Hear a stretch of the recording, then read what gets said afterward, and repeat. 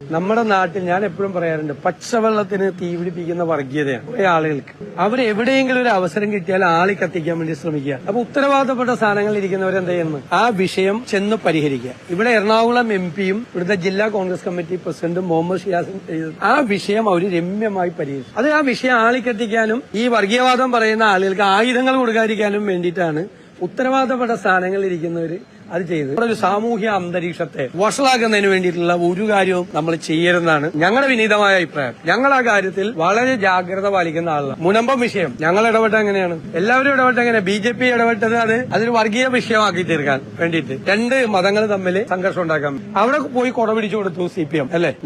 ഞങ്ങൾക്ക് കൃത്യമായ നിലപാടുണ്ടായിരുന്നു. ഞങ്ങൾ കൃത്യമായ കാര്യങ്ങൾ മുനമ്പത്തെ കാര്യത്തെക്കുറിച്ച് പറഞ്ഞു. മനസ്സിലാക്കേണ്ട, ഇതിനുവേണ്ടി കാത്തിരിക്കുന്ന കുറെ ആളുകളുണ്ട് എന്ന് നമ്മൾ മറക്കരുത്. അവരുടെ കയ്യിലെ പാവയാകാനോ അവരുടെ കിണിയിലോ നമ്മൾ പെട്ടുപോകരുത്. മാധ്യമങ്ങൾ കൂടി ശ്രദ്ധിക്കണം. നമ്മുടെ നാട്ടില് നിലനിൽക്കേണ്ട ഒരു സാമൂഹ്യ ബന്ധങ്ങൾ, അത് ചെറിയ വിഷയങ്ങളൊക്കെ നമ്മൾ വലുതാക്കി കൊണ്ടുവന്ന് അത് വഷളാക്കരുത്.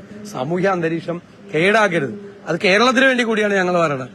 ഒരു ഗവൺമെന്റാണ് അത് പറയേണ്ടത്. പക്ഷെ പ്രതിപക്ഷത്തിരിക്കുന്ന ഞങ്ങൾക്കാണ് ആ കാര്യത്തിൽ ഏറ്റവും കൂടുതൽ ഉത്തരവാദിത്വം എന്ന് ഞാൻ വിശ്വസിക്കുന്നത്.